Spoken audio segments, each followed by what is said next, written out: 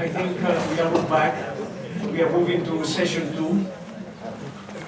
Are cryptocurrencies good investments? Who invests in cryptocurrencies?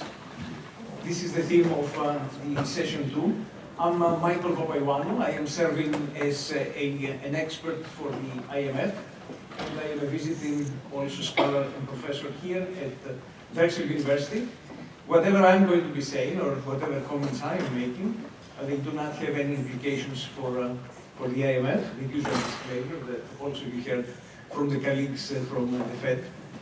Now, in order to proceed, and before the presentations and the discussions that we are going to have for this session, I would like to start with a few comments before I'm turning to my distinguished panel here, relating to mostly the issues that we are going to be tackling in this session. And the investment part is the important thing that we should be thinking in terms of the risks that they are involved in investments. We heard it also from Christine, from Bill, from Kim earlier, some kind of information that we have. And this is an important issue for any investment decision, and also in the cryptocurrencies is not an exception. It requires knowledge of the risk-return characteristics of the underlying instruments. And the question then it becomes for investors whether they have the needed detailed information about the returns and the risks for the various cryptocurrencies when they are investing or when they are thinking of investing. And also with regards to these risks that we have also been mentioned in the previous session, if we have a good idea about all or the most significant risks that they are involved, how the investors should identify the risk, how they should be measuring in them, and also the management aspects of that. And we heard about the safety of the assets, the price volatility, transaction fees, and so forth. This session, it is going to be paying a little bit of more attention to that one. In addition to the main aspects for the investment decisions in cryptocurrencies, we are going to be saying a few more things also about the investor base and who is investing in that. We heard also some aspects from the earlier panel, but also we are going to be looking at it from the perspective of the investor base as is an important aspect for monetary policy and for financial stability considerations. And we have two members in this panel from the Fed, who they are going to be tackling these issues. And the final things that we are going to be discussing also in this panel is how blockchain technology, or in general the distributed ledger technologies, they affect the cryptocurrencies as a means of payment, and also how does this kind of aspect affects investment decisions. So these are some of the issues that this session will try to shed some kind of light. And for the presentations that we are going to be having from the panel, we are going to be having again 10 minutes allotted for every speaker, and we are going to be trying to have 10 to 15 minutes at the end of the presentations for questions and answers. We are allotted about 1 hour and 15 minutes for this session. And without any other kind of comments, I am going to be asking the panel to start the presentations.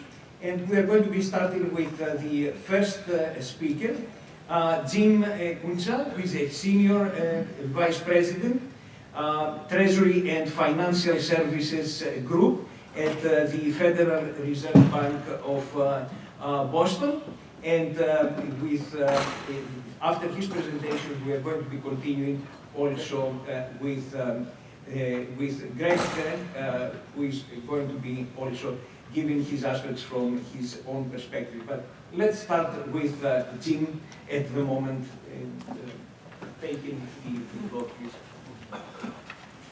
Who's my technical assistant?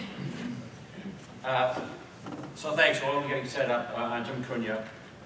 You can tell by my lack of tie that I'm a renegade inside the Fed. And actually the only one on the panel without a tie. Even CoinDesk has a tie, which is fun. And even Jesse knows how much of a renegade I am, and I'll try to keep it here. So what I'm going to talk about is just, obviously I can't give investment advice, but I can focus on good investments. And just a couple of quotes. I'll just present some data and some anecdotes, which hopefully can give you a sense of my views without actually saying them out loud. But a couple of quotes. Basically, just because you can make money at it doesn't make it an investment. It definitely doesn't make it a good investment.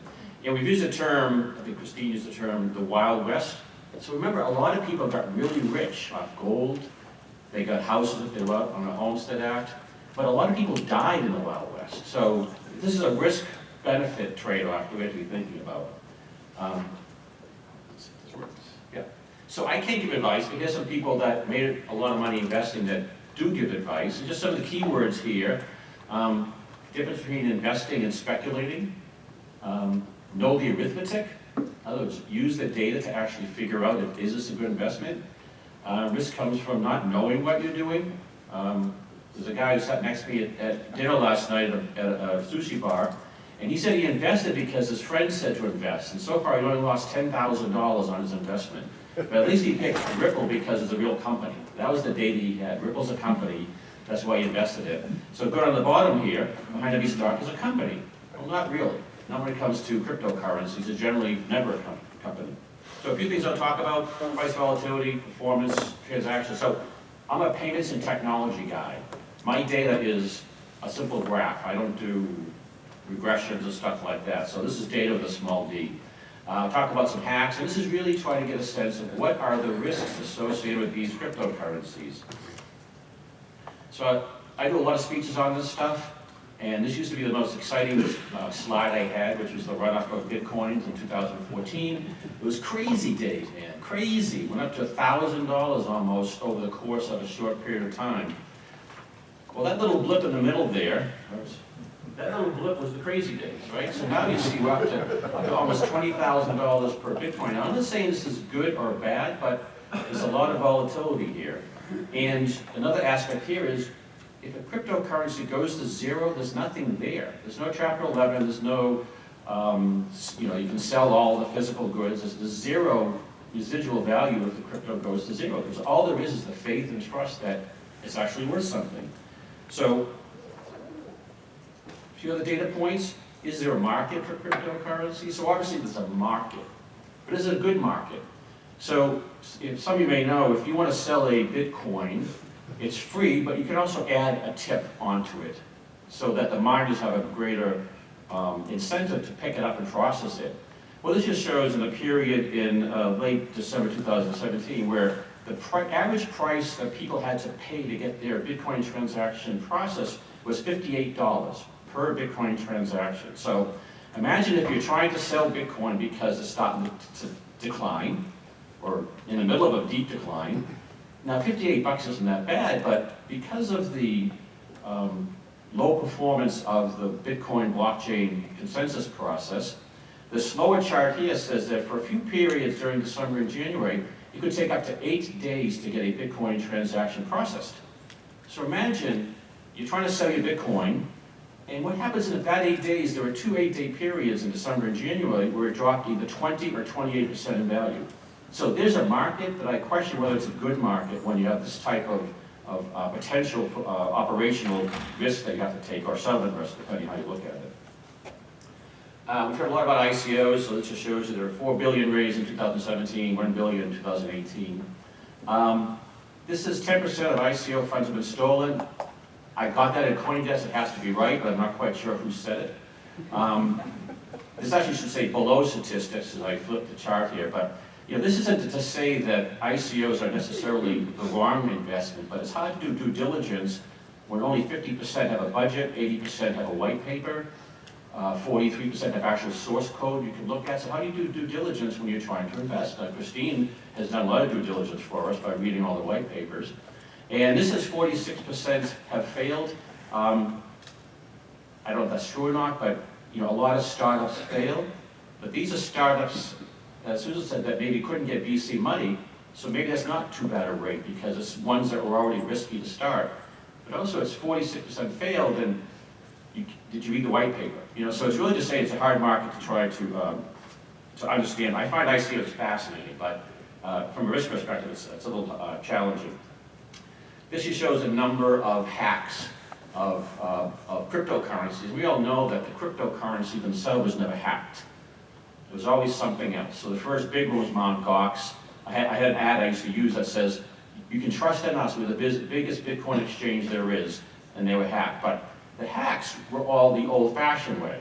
The spear phishing or something else where they got someone's credentials, or they broke into the mainframe computer and they took the keys, the private keys of the people holding their currencies, and then they used those private keys. So that's not hacking Bitcoin.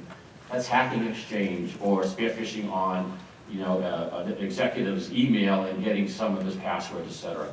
This next slide just takes these and puts it into equivalent dollars in January of 2018. So the Mt. Gox hack today would be $7.5 billion worth of a hack, which would be the largest ever. So this just shows you, I heard a figure once again, I'm not sure from where, but that 20% of all cryptocurrencies, or maybe just Bitcoins, I'll have to find the quote, have been stolen. So how do you factor that into your calculus about whether you actually should buy cryptocurrency or invest in cryptocurrencies or not? So just some data points. How many know the story of the DAO, Distributed Autonomous Organization? I just find it fascinating that the DAO, which is, I'll explain it, is, its synonym is the Dow Jones, which is its exact opposite. So basically, the DAO was an investment fund that you could invest in, but it was just a piece of software that ran on Ethereum. So it's what's called a smart contract. And you would give it money, you'd get tokens, and then those tokens allowed you to invest, or to vote on the investment. More tokens, you have more votes in where this fund is invested in. Raised $150 million in 2016, and because of some bugs and some features, someone stole $50 million of that money. Because of how it was written, you couldn't actually get your money for 45 days, and so the Ethereum community, because this is a democracy, debated, do you leave the theft in place and lose 50 million, or do you unwind it? So as you all know, they voted to unwind that transaction. They recreated history and took that transaction out, and the fund was liquidated. So I'm not going to cast any doubt about what I would have done, but there's a few lessons here. First, these first two are not mine. Smart contracts are neither, and code is not law, because that's what my contract people say. Law is law. So code has bugs. How do you do due diligence? Did you read the DAO software? Did you actually do the software review to make sure there's a good investment? Governance matters. We heard that earlier. This is democracy. So actually, this last quote is not the one. I actually made this quote up so you can actually put it in CoinDesk. But there's no such thing as a democracy. There's no such thing as finality in democracy. Ethereum says that all transactions are final and irrevocable. But then the unwound one. What's up with that? In the Federal Reserve, wire transfers are final and irrevocable. We don't vote. This actually matters. This actually matters as to how much faith you put in a particular transaction. I was at a panel last Saturday at my alma mater at Northeastern, and I don't necessarily promote Flipside, but a partner was on my panel. And here he's talking about the rise of hedge funds that are getting into cryptocurrencies, and their job here is to do analysis and create buckets or bundles of cryptocurrencies for investment purposes. But he's basically saying there's a lot of people in here that have no idea what they're doing. And a lot of them are going to go away, one, because they don't know what they're doing, they're going to lose money, and or they don't understand how hard this is to actually run a fund. So even if you're putting your investment through hedge funds, a lot of them are going away. So once again, depending on how you want to invest, there are different risks and potential rewards. And then lastly, this is from Chair Yellen, former Chair Yellen, where she says, Bitcoins play a very small part in the payment system. It's not a stable currency. It's not a stable store of value. It's not legal tender. it's speculative, and also the Fed can't regulate it. You know, we do not have the authority to regulate any private cryptocurrency. So I'm not saying we should or we shouldn't, but that's just a factor in how do you think about whether this is a place you want to put your money. I personally believe in 401ks and pension funds and houses, but I'm a bit conservative that way. I do have a couple of comments on forks, hard forks, and we're going to get to those if we have time during the presentation side. I know we're trying to keep to our 10 minutes. So, thank you. Thank you, Jim. We continue with Greg Cipolaro. He's the CEO at Digital Asset Research. Greg, please.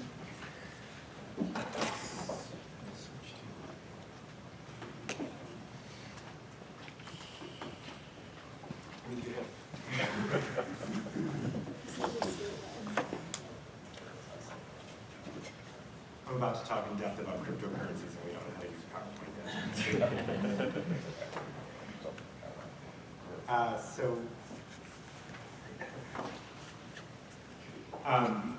So thanks for asking me to come and speak with you guys today. My name is Greg Cipolaro. I'm the CEO of Digital Asset Research. We are a boutique research firm focused on the analysis of cryptocurrencies and the crypto space for institutional investors. We provide high-quality, objective written research, data, model analysis, and opinions on specific cryptos and events with the crypto space. Our company was formed in the response of objective, high-quality information from the professional investment community. The work being done by the traditional sell-side banks, from the equity research departments on the crypto space was often very high-level, topical, and mostly focused on Bitcoin. And the work being done on the community, which is where the space normally lives, in Twitter, Medium, Reddit, public forums where the community typically lives was not sufficiently in-depth and often prone to biases due to tribalism in the space to make high-quality objective decisions. So we got together a bunch of guys with complementary backgrounds in order to understand the space. I come from the world of traditional tech investing. I've spent 20 years researching, writing, and managing institutional technology portfolios. I've been involved in cryptocurrency since 2013, which kind of makes me an old timer, but this is my first professional foray into here, previously managing a long-short TMT portfolio at a market-neutral hedge fund. So there's a couple things I wanted to talk about here, just quickly. I know we've kind of gone over who we are. There's this question about what digital assets represent, and I use digital assets broadly to represent things like Bitcoin, Ethereum, but broadly the technology. And I think there's the idea that Bitcoin represents money, but the reality is that these digital assets have proliferated, and there's some statistics that 1,500 of these things that trade publicly in different exchanges. These tokens now represent all sorts of different assets. Claims on cash flow, equity ownership, real estate. It's really been a proliferation in terms of different technologies. And the reality is that this technology can be used as a signaling system, and that this signaling system can be used to represent other real-world assets. And that's really the boom that we've seen over the past couple of years. And so when I think about what the digital assets can represent and what they are starting to represent, it is not just the US dollar, the euro, Japanese yen, but it is all sorts of forms of real-world assets because blockchain technology has created this idea of digital scarcity. So here are just some of the different kind of asset classes and what these cryptocurrencies can represent in the future. One of the considerations that our investors have is where does this fit in a traditional portfolio? This is just a digital representation of some other real-world asset. How does this fit in traditional portfolio management? I know that there's been some charts that have been thrown up here before, but this is kind of our measurement of risk-adjusted returns. And I think one of the reasons why this technology has captured people's imagination over the past 8 or 9 years is that purely from a return and risk standpoint, Bitcoin especially, and Ethereum as well, have offered superior risk-adjusted returns. And you think about the context of portfolio construction for institutional investors, this is an appealing trait. And you can see here, there's numerous asset classes here, which I've measured. Some of this information is a couple minutes out of date, which in the world of crypto means it's a dinosaur, but I think these numbers still hold true. Ethereum represents one of the highest returning asset investments that probably in the past 10 years.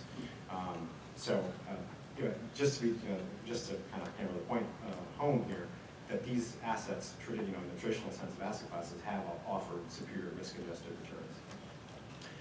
Where does this fit in portfolio construction?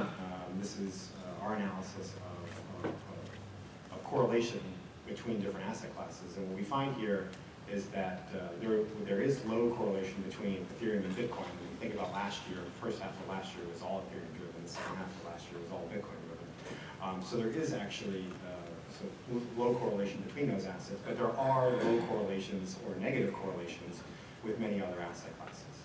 This is portfolio diversification and thinking about other asset classes is another main reason that this technology has captured people's imaginations. One of the things that we do for our clients is measure the actual ecosystems here. These are, taking a step back, all of these digital economies and protocols are networks. They are pieces of software that are run globally on thousands of computers throughout the world, predominantly in North America, Europe, and Asia, but this is all open source technology. And what I'm showing here is that these networks transmit value. And these are some of the most simple styles of blockchain technologies here. Dash, Bitcoin, Litecoin, Bitcoin Gold, Bitcoin Cash. These are all technologies that allow you to simply transmit one unit of a digital currency to another. But what we see here is that technologies like Bitcoin transmit quite a bit of annual daily value, almost in the $5 to $6 billion per day. And if I were to throw Ethereum up here, you'd actually see it peaking over $10 billion a day. So these are not insignificant in the grand scheme of economic measurement. And one of the things that we don't have a particularly good understanding is the actual use cases of these. And I joke with our investor base that the killer application for these currencies today, because they are not widely accepted by merchants, is the speculation of future applications. When I think about the analytical framework of how to value these, and that's a number 1, 2, or 3 question we get from all of our investors, and we have some models and tools that we provide to think about the frameworks here. The analysis that we bear to these tokens is rooted in actual measurements of these different cryptocurrencies. These are just some of the most simple styles of cryptocurrencies. There are other decentralized application platforms like Ethereum that allow you to execute smart contract or arbitrary code, and other tokens for different use cases. So who are the investors in the space? And when you think about the initiation of this entire industry, it started with Bitcoin. And it was started by an unknown individual or group of individuals with technological expertise and a particular economic point of view. I like to tell people that this was started by technologists with either extreme libertarian points of view or anarchist points of view. But this technology, this concept of digital scarcity, has now blossomed into thousands of other styles of assets. And so, unlike most technical trends or investment trends, this really started with individuals. And now institutions are trying to catch up to take advantage of what is potentially interesting and changing technology. We service customers that range from traditional asset managers to family offices, traditional asset managers, venture cap firms, and even some customers who are trying to start ETFs. So it really is a wide variety of market participants. The commonality is that with all these customers is that they see the potential for this technology, and they are trying to take advantage of that.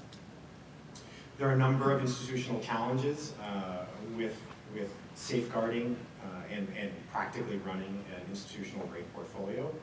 Security is first and foremost, and that this technology places trust upon the individual or the owner of a private key, rather than having a custodian.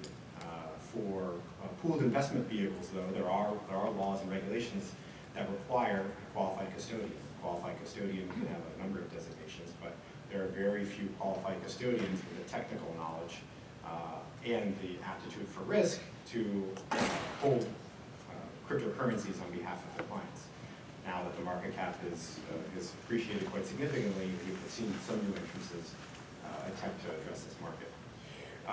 There is still quite a bit of questions about the classification, at least for securities purposes, about a number of these assets. I think it's pretty clear that things like Bitcoin and Litecoin, which started from basically the genesis of computer code, that they are not securities, but there are a whole host of other assets who have raised money potentially in manners which did not comply with securities laws that potentially represent securities. I often get asked the question, when will the SEC come up with an answer about whether or not these are securities? Our view is that it will probably take lawsuits, and therefore that will result from losses, thefts, bad actors, in order to figure this out. But for crypto exchanges to trade securities, they need to be licensed and monitored by the proper regulators. And this is one of the stumbling blocks right now for a bigger proliferation of crypto trading broadly. There is a lack of standardization of measurement. There are no widely accepted indexes at this point, and token valuation metrics, especially for projects that have raised money recently for which there's no liquid market, are difficult to value. And research. There are, as I mentioned, we created this company in response to institutional demand for high-quality, objective information on the space. But to be frank, the community tends to live in public repositories that are, as I said, prone to tribalism. And we hope to address this idea of knowledge, sunlight, information, so that investors and the community at large can be more informed. Thanks. But thank you. Thank you, Greg. Now we continue with Antoine Martin, who is the Senior VP and Head of Money and Payment Studies Function at the Federal Bank of New York.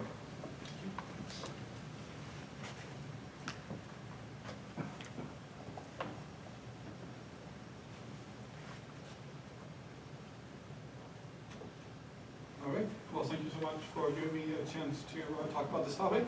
We're going to talk about what do cryptocurrencies do and when is that useful. Like Jim, this is using my own. Like Jim, I'm with the Fed. I can't give you investment advice. So what I'm going to try to do, the way I'm going to approach this topic is from a background of somebody who was trained as a theorist in economics. And the way the question I want to ask is, if we're going to think about cryptocurrencies, and if they're going to have value, what is it that they do that current technology can't do as well, can't do as effectively? And is the thing that they can do useful? My presentation is going to focus on the idea that cryptocurrencies are currencies. If you think that cryptocurrencies are a better way to raise capital, then you're going to think that I'm missing the point. But you could do the same exercise that I'm doing with cryptocurrency. Say, well, what is it about raising capital that doesn't work so well currently? And why is that technology better? Why does it raise capital better than existing technology? So I'm going to think about that as currency. So what I'm going to talk about is the fact that cryptocurrencies as currency are designed to facilitate payment even if there's lack of trust. That's what they were created for. That's going to be my premise.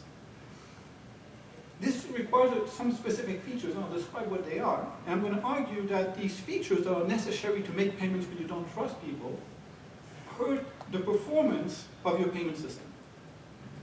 And I'm going to conclude that if you actually can trust people, you're going to have a payment system that works better.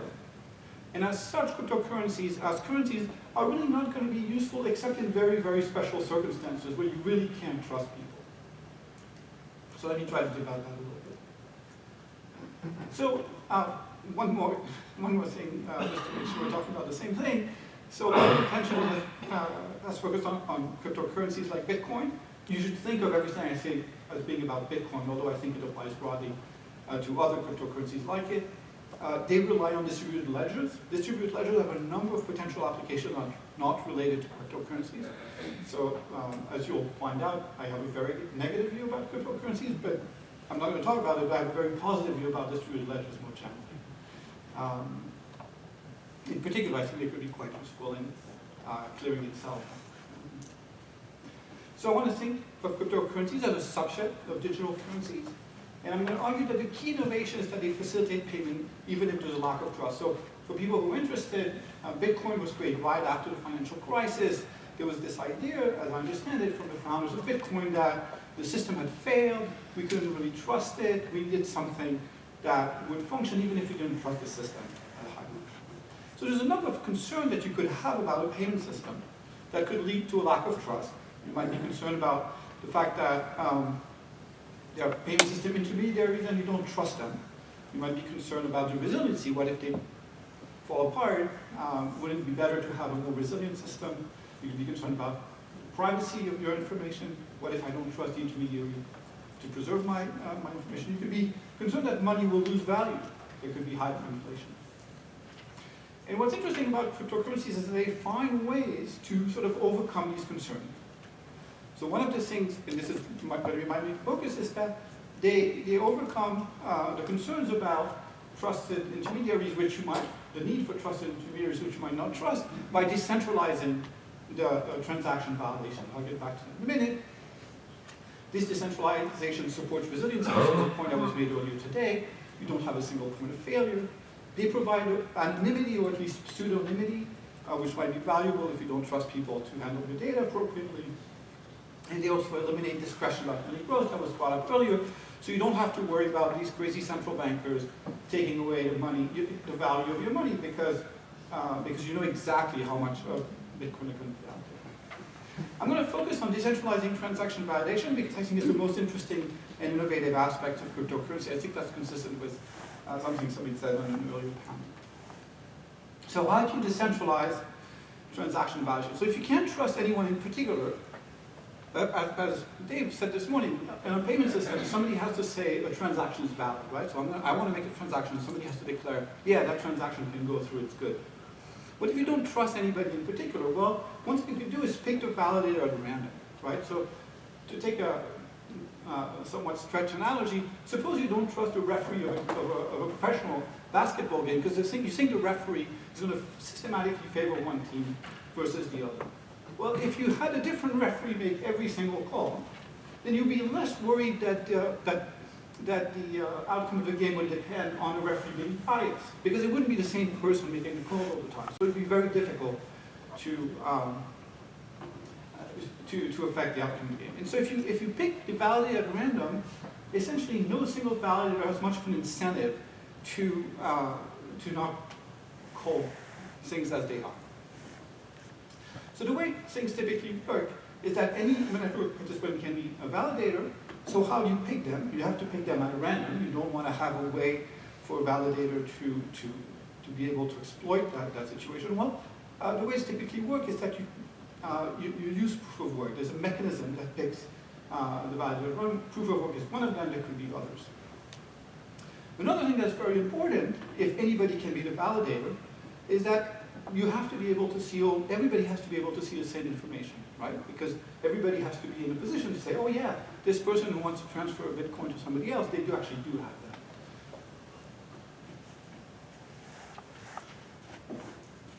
that. And the fact that everybody has to see the same information means that the ledger has to be distributed, right? Everybody has to be able to acquire the information necessary to become the validator should they happen to be picked at random.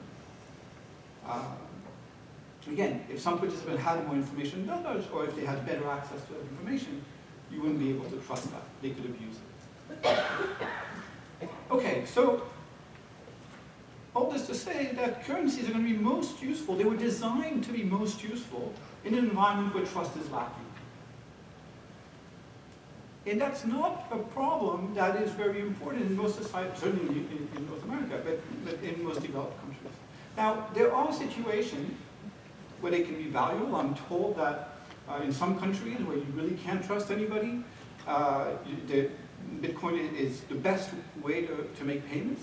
But that's not a huge market at this point, and it's unclear that it will become so.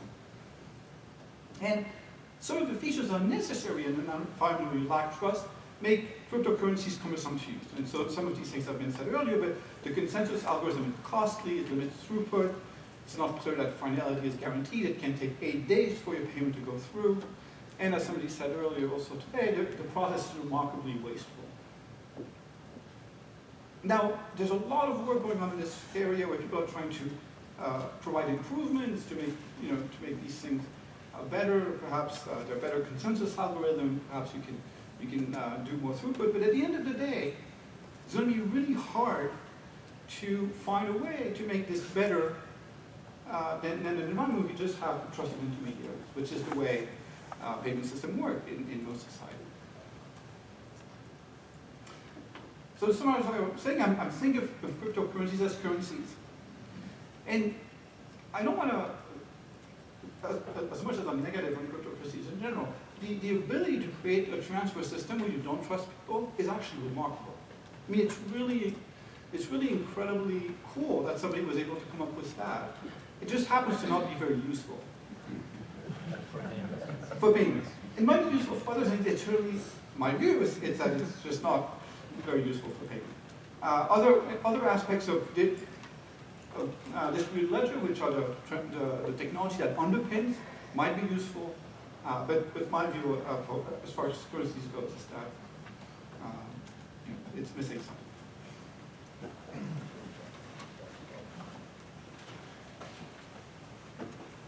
Thank you, Antoine, for this contrary view. Now we are continuing with Nolan from CoinDesk, who is the director of research. Please, Nolan, tell us also a little bit about what you're doing in the company before you go into the presentation. Sure.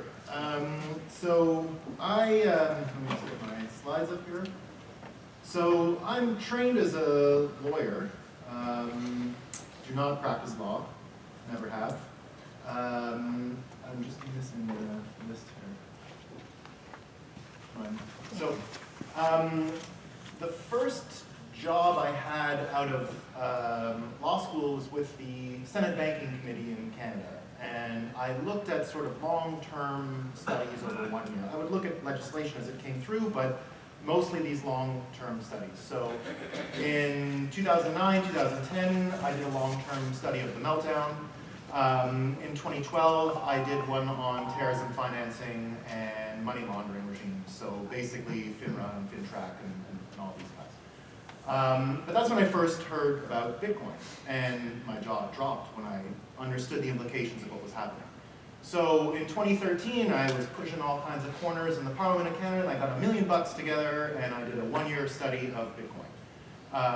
That was kind of the first at its time to really not bother with the whole argument about, is this used for criminality? We just kind of accepted that it was, and said, what are the benefits of it? What can it actually do? So we flew everyone in and gave them all this great platform. We actually arranged a really fun publicity stunt when it was over, where we, when we tabled it in Parliament, we actually hashed the entire report into Bitcoin's blockchain, and actually even passed a statement by the committee saying that Satoshi's invention deserves a light regulatory touch, which remains at block 5,000 something or other to this day. So also to show the dexterity of the technology, that it wasn't just for transactions. People don't generally use Bitcoin that way anymore. There's something called bloat, which people start to get worried about, and there's a lot more chains that we can use now to do that kind of stuff. So we got that in there when it was still possible. So around that time, I quit my job because I was absolutely not interested in anything else that I would have been studying there, and went on my own, but also started working with CoinDesk. And last May, I started working with it a little more full-time, and sort of took over this research project that they're working on. Really, we are built from editorial and these insights. So I'm going to flip the questions we were presenting them with. Is it a good investment, or who invests in this? So I'm going to answer the question of who invests in it first, just because that really is an opportunity to talk a bit about the history of my company, because we've seen this all happen live. So we reached about 10 million unique views last year, which was remarkable growth for us. We still host the largest conferences in the industry. But really, when it gets down to it, what we saw, well, here's a bit of a profile of a survey, about 4,000 people we did at the end of last year. So that also speaks to our ability to sort of have a perch in the industry, that we can approach everyone who started at sort of ground level up until this big swell that we saw in 2017. And we're still able to sort of gather opinions from the people who originally founded some of the largest exchanges, some of the core developers. We have really strong relationships with these people, so we maintain a really good line of sight into what's going on everywhere. This is a market that really touches on every single vertical, every single industry, and we've seen it all sort of grow up. You can see in this next slide a little bit about how our readership profile changed. It started with the hackers. Libertarians were kind of next into the mix. After that, capital markets really were the third sort of group that paid attention, and you saw the first sort of human capital to be drained from an important industry and enter. These were not just people at some trade desk. These were really smart people that defected, for lack of a better word, into a completely new industry and abandoned what otherwise would have been their life goal for a job. And they started building some of the real infrastructure that we saw. And that's why 2017 was a really interesting year, because you started to see those capital markets innovations come online. We saw the first derivative swap execution facility, LedgerX. We saw a lot of sophisticated trading mechanisms and tools go live. And we also, of course, saw the first smart contract really be deployed and show the first kind of killer app of blockchain technology, which were the ERC20 tokens, the smart contract to have early stage funding of a company. So people see these ICOs as sort of the end game here. It really is just the first contract to go live and actually affect one industry. Capital markets and early stage finance is but one step on the entire escalator going up here. So there's a lot more stuff coming next, particularly in collectibles. You're going to see a lot of change there. So that's really, enterprise was sort of after the capital markets people, so that's when you saw a lot of the big consultancies, the big four, and a lot of these other large banks, particularly from the retail side, get involved. It wasn't really their trade desks that were getting involved yet. They were still sort of missing the boat on this. And then what we saw in 2017 was this big mad rush. And this speaks to a few observations that we made that were really interesting. We ran a poll in the same survey. So this is when they first got exposed to cryptocurrencies.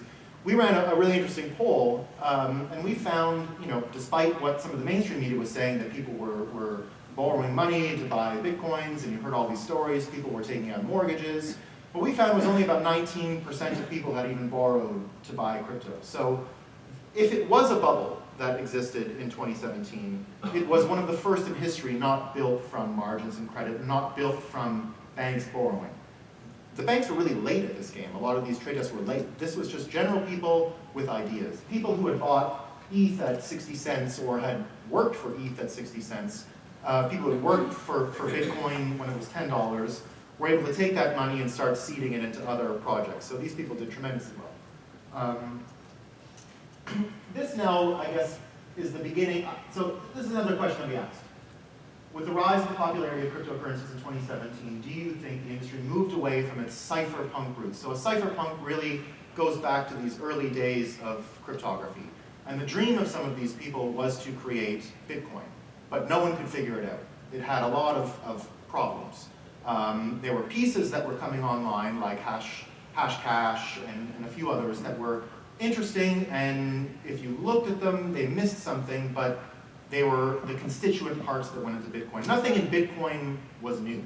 The orchestration of the technology was the invention. I often use the analogy of a bicycle. There was chains, there were wheels, there were handlebars. The magic came with the orchestration of these technologies in that way. And then when people saw it actually rolling and staying upright on two wheels, they said, wow, it's basically magic. And then you saw several copies and iterations of bicycles come out until the point where we had very specialized bicycles for mountain biking, road biking, and BMX, and all that kind of stuff. But this question here is something that I fundamentally disagree with the answer, and I would have voted no. And the reason is, and this I guess speaks to a little bit about what the gentleman from the New York Fed had mentioned, but what is really the utility? So what we see, what really our meta-narrative is from an editorial point of view and what we're really tracking at CoinDesk is really the history of cryptography. Cryptography was generally only practiced by state actors. And if you remember World War II with the Nazi Enigma and the War Machine and Turing, that's what they were doing, right? These were cryptanalysts. They were breaking cryptography, the codes that the Nazis were using to organize all this stuff. What happened immediately after that is that the power of cryptography, only used as a tool of war, was seen to be extremely new and powerful because of the early computers that were being used to compute these large algorithmic codes.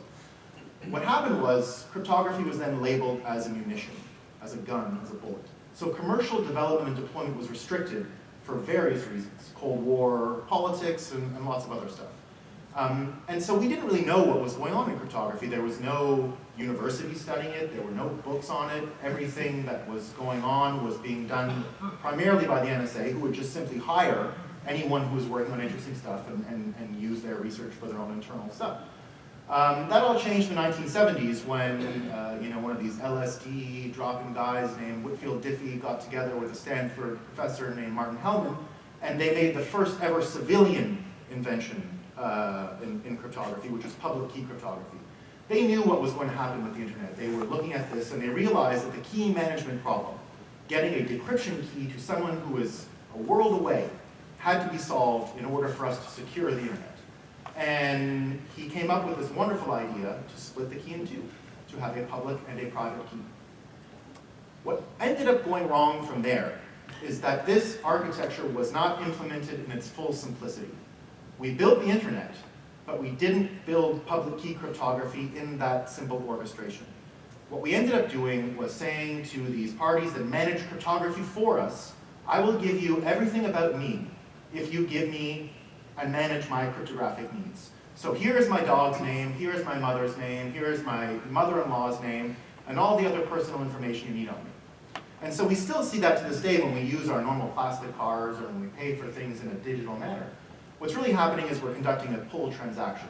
We're allowing someone to go into our wallet and yank out some funds and pay for something. Cash, on the other hand, being a bearer instrument, is a push transaction. Here's the cash. You don't need to know anything else about me. Here it is. Leave me alone. Leave it on the cash. You can take it. You can do whatever you want. And that really is one of the great useful parts of Bitcoin. It is a bearer instrument. And what we have done and what we have seen is that Bitcoin and other cryptocurrencies represent the largest deployment of public key cryptography by civilians and individuals in the history of the world. So what we're really tracking at CoinDesk is this trickle down of cryptography from state actors and only used in war to companies who did it for you because you were too stupid, and then now to people using these cryptographic keys to secure and formalize commercial relationships. And that the mere use of one allows you to express consent in a completely novel and different way. And when we talk about its usefulness, just look at this mess that we're living in right now with Facebook and Equifax and all this nonsense. So the internet works really well for information that we need to consume, right? It's terrific. If Wikipedia is not so different, except that it has a centralized server. So it's still sourced by a community, it's still written by a community, but you're always seeing a master copy of this page. There is no master copy in cryptocurrencies. There's no such thing. The truth is the most popular version of a ledger that's being held by many, many parties. It's a vote. Whichever one is longer becomes the truth. So really the entire reason why people are investing in these is because they believe there will be a radical shift in how cryptography is deployed on the internet. And that if we deploy it this way, if we use these keys to express consent for a number of things, then it opens up a world of opportunities to use the internet to its full capacity. This can be called social scalability. So Bitcoin made a ton of trade-offs For technical scalability, it's extremely slow on purpose and by design. But what it offered were trade-offs that allowed it to be, at this point, today, not in a theoretical future, today, the most secure and reliable financial network in the world, depending on the metrics that you think are important. Here's a network that's run with no interruptions, no on-chain loss, no on-chain theft, no on-chain forgery or counterfeiting, and nobody's home. There is no one there.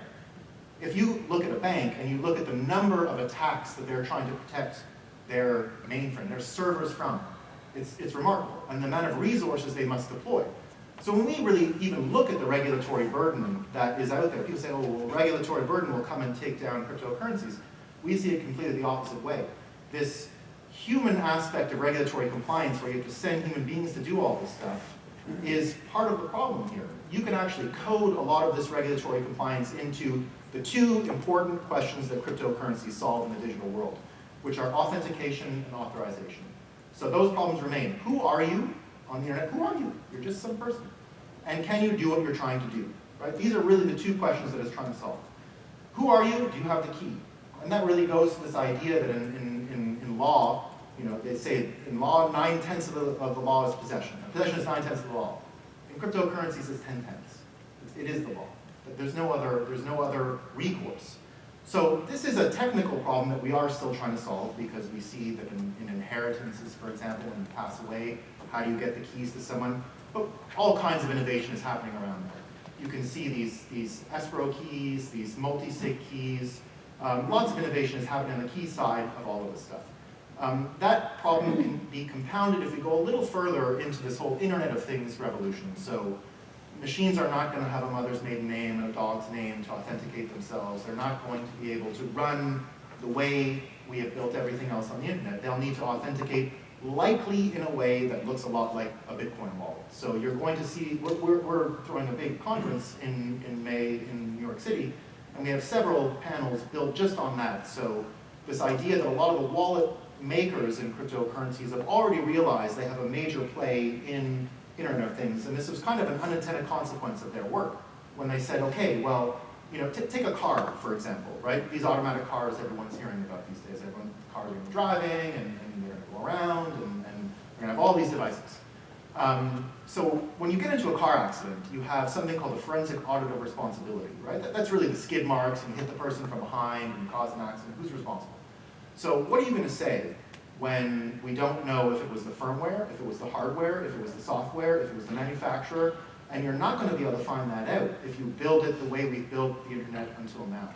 This has to be machines that are integrated into our obligations, into our responsibilities contractually, and we're able to know which machine, which piece of software is responsible for the mistake. The only way to do that is for these machines to sign transactions, key sign transactions, in a push transaction way. Just like I mentioned, Bitcoin is a push transaction, just like cash is a push transaction. That's the only way we're going to be orchestrating, going to be able to orchestrate all this stuff. So that's a major aspect of what people are trying to figure out, people are trying to develop, and an interesting unintended consequence already of Bitcoin. There's a few other aspects of the actual asset class that we've seen, Bitcoin in particular, that are interesting. One of them is called anti-fragility. So the more it's attacked from a cybersecurity point of view, the stronger Bitcoin has become. We've seen that in its behavior now as well. And I mean the behavior of how Bitcoin is being used. So you heard Jamie Dimon make several comments that it's not real. Well, this sparked very interesting conversations about what is real in money. And you heard a lot of people underline that the US dollar is slightly failing in that regard. We've also heard from other jurisdictions that are particularly addicted to quantitative easing or have troublesome politics. So we first observed this at Brexit. When Brexit happened, we noticed Bitcoin bumped. Because of the uncertainty, people realized that Bitcoin served a purpose for this semi-crisis. We've seen in November of 2016, when Prime Minister Modi demonetized roughly 40% of the money in circulation in India, that Bitcoin started trading at a 40 or 50% premium because people did not want anything to do with this literally trustless money that their own government said you can't trust and is actually worthless because of the amount of counterfeiting that was going on. We saw it again in, we can't necessarily tie the Japanese experience. In Japan, you do see high volumes, high interest in cryptocurrencies and Bitcoin in particular. This is also a country that is addicted to quantitative easing. They don't stop, and they're probably not going to stop. So these people go to Disneyland every year too, and they notice that their purchasing power is being diluted, right? They come to America, they know exactly how many US dollars they can buy with their yen, and they don't like it. It's not fun. And so we've seen a lot of activity in Japan, a lot of people using Bitcoin as a hedge. Korea is slightly similar. They're, of course, on the watch list. They're not an actual currency manipulator according to US authorities, but nevertheless, this is a country that blatantly tries to buy debt and do what it can to keep their export currency, their currency down so they can keep exporting. But what we have seen is that when these criticisms come to Bitcoin, it launches very interesting conversations that people didn't really have before. And that's something that we've paid close attention to. And this chart is sort of a bit about Bitcoin's behavior based on some news items. And then, of course, the fundamentals. So yes, it's true that the Bitcoin price did sort of go up and to the right, and it's quite remarkable. But if you peel that layer away, and you say, well, what's under that? That same up and to the right happened for the hash rate. So that's the security of the network. We really do sort of bucket these into three categories. You can see them as security in the flat, plain meaning of the word, securities and security. That includes currencies, which are debt instruments and considered securities. You can see it as equity in a company or security. So that's one sector of these coins. You can also see them as general compute, so that's Ethereum and a lot of other coins that are sort of behaving that way as well. And a third category that we call market specific. So that's when a coin, in that whole aspect of what do they do, who are you, can you do what you're trying to do, authentication and authorization, that complex transaction type. Bitcoin's a very simple transaction. Move digital property. Take cryptographic keys, move property from here to there.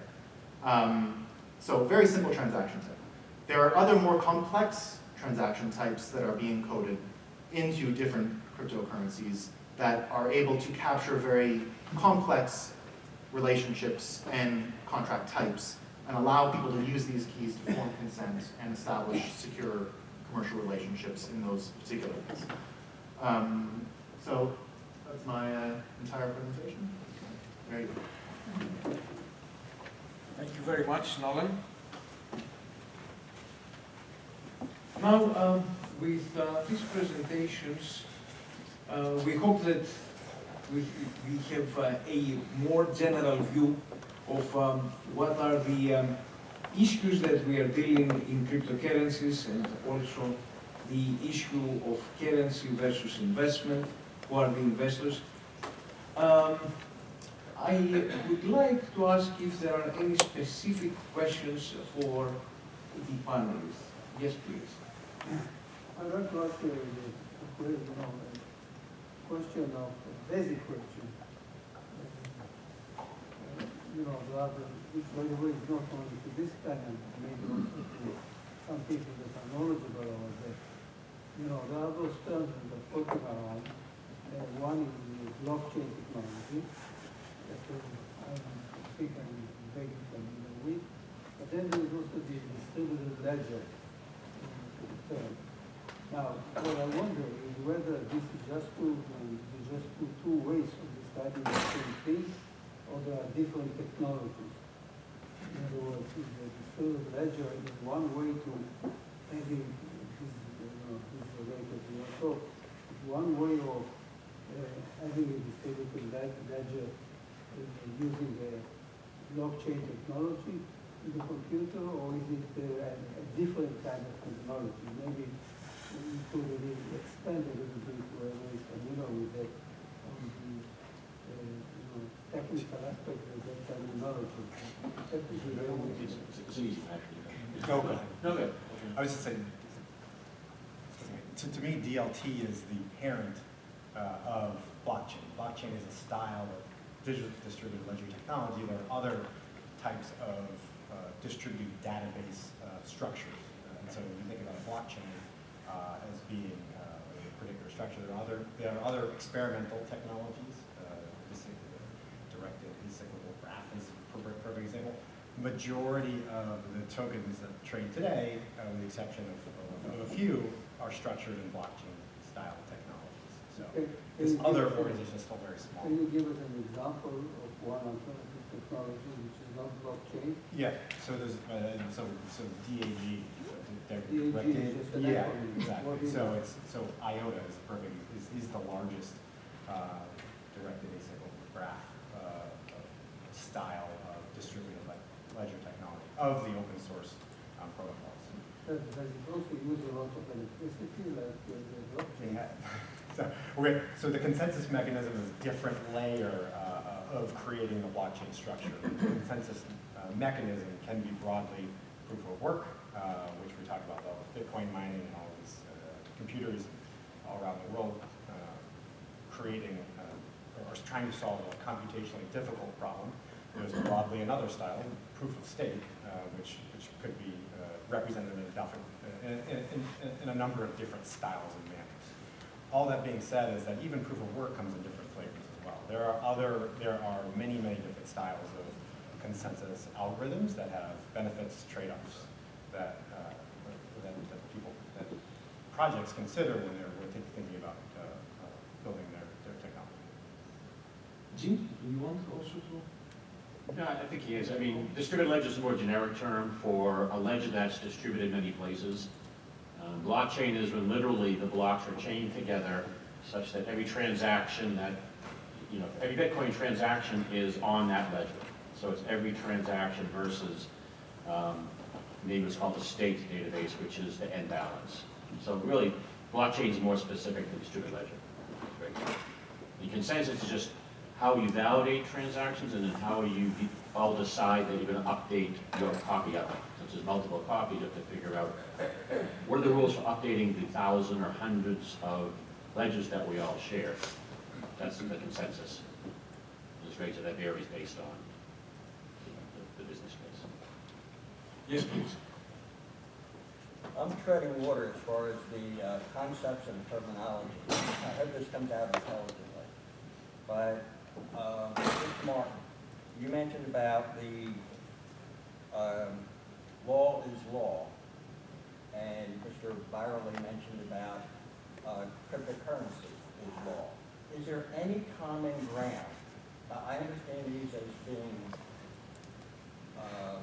non-reconcilable, but is there any common ground where you both share and begin movement towards a better understanding of whether it is or is not law? Yeah, sure. So,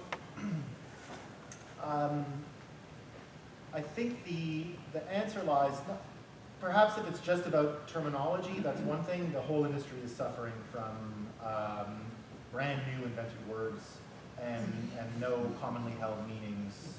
That's kind of a pervasive problem. But more specifically, your question, how do you square this deployment of cryptography and the legal institutions that have taken thousands of years or hundreds of years to build, right? We should never discard these institutions. They're wonderful and they've done amazing things, and I'm a great fan and admirer of the common law and both. I'm Canadian, so I've learned both systems. But the ability for this technology to harness all the great things that we have in our legal logic is there. And that comes to really the dexterity that we can use these for. When I talk about using a key for consent,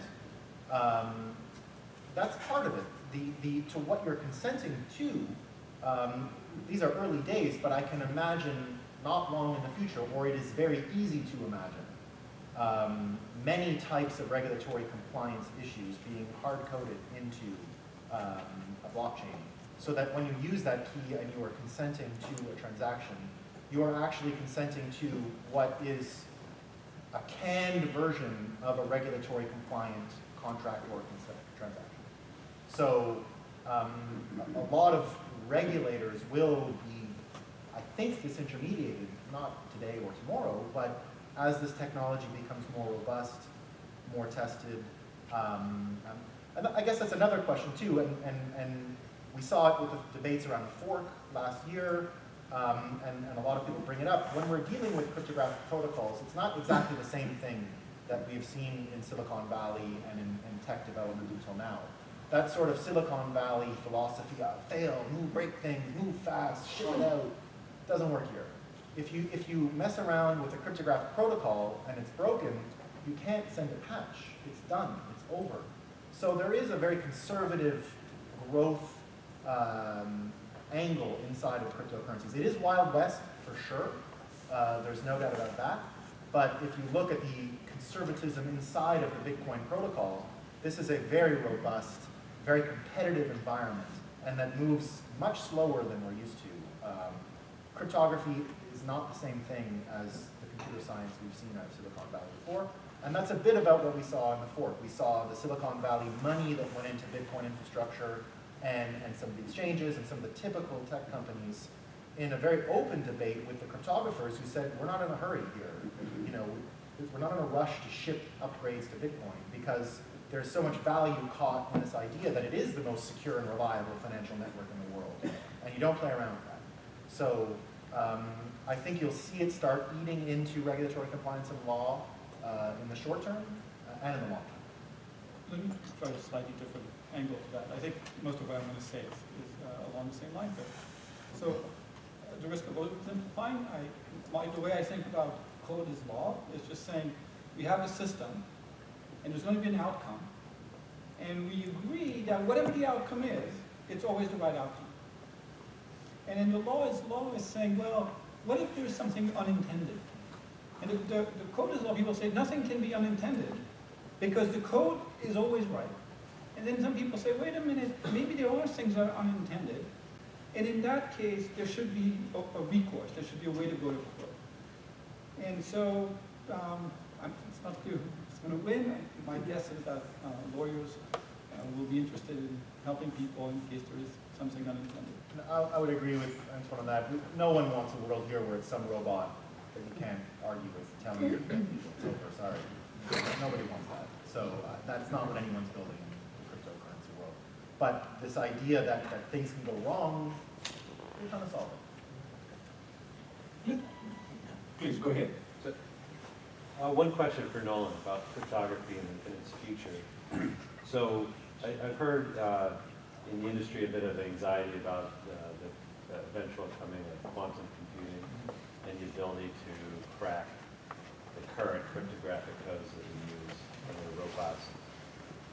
How does an industry like this ultimately able to adapt?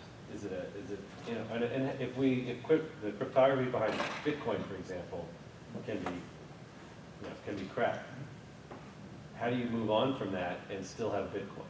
Okay. So what I'll say is a lot of hype in our industry. Quantum computing is disaster for hype. It's not even real to the point where the hype is there, right? When we talk about quantum computing, when we talk about subatomic forces, basically, right? We're talking about an electron and a nucleus forming a circuit, and that's the power we're talking about that we require to break the cryptography Bitcoin is based on. What they're actually building for quantum computing now is not that.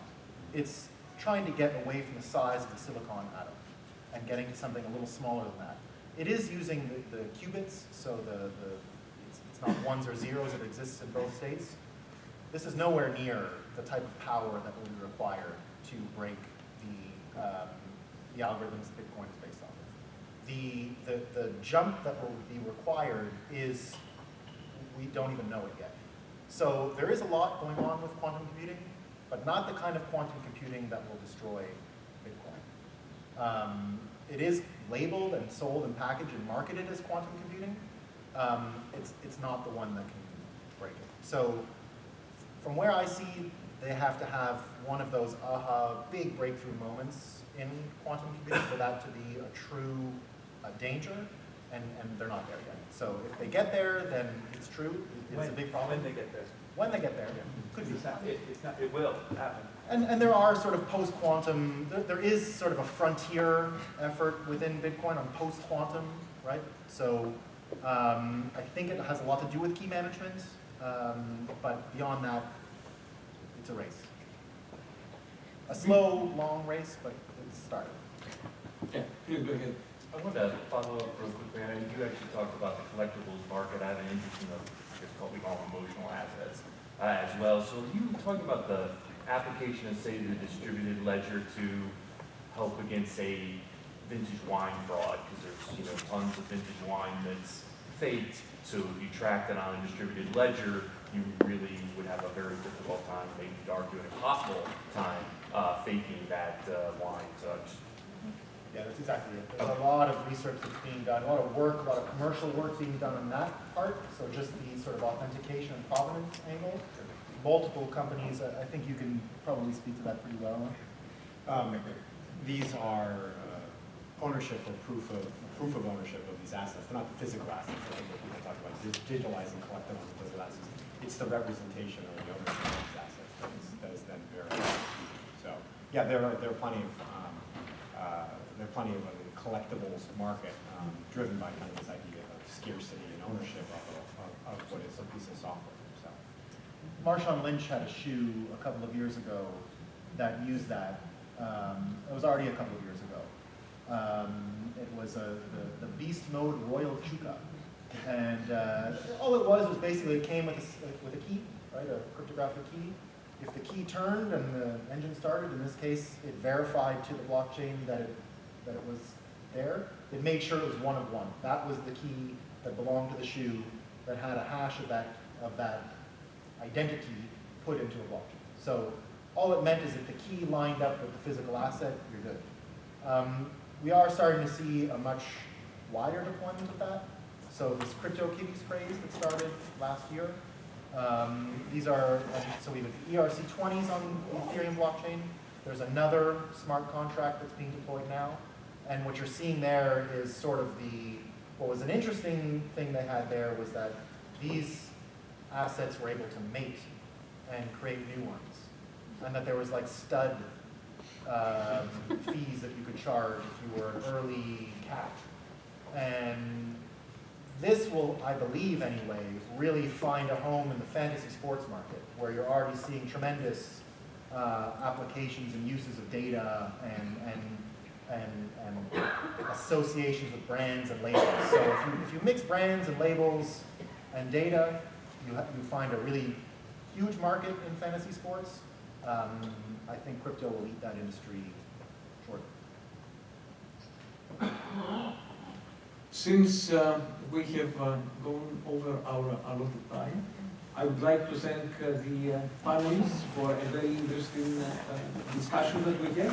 I had some questions, but in the interest of time, I'm not going to be asking in this panel. Probably I'm going to be reserving it. And just in order to be also letting the panelists also and also the people that they are from central bank, we heard about the issues that some of the central banks they have gone through and how they have viewed, and we heard about the Bank of Canada. I am interested to know how the central banks they have reacted to these new developments that we have with the cryptocurrencies, with the new blockchain, with all of the new technologies and so forth. So let me pose the question, and probably later on if we can have it in the next session or at the end of the discussion. Thank you again for the participation. Now we are going to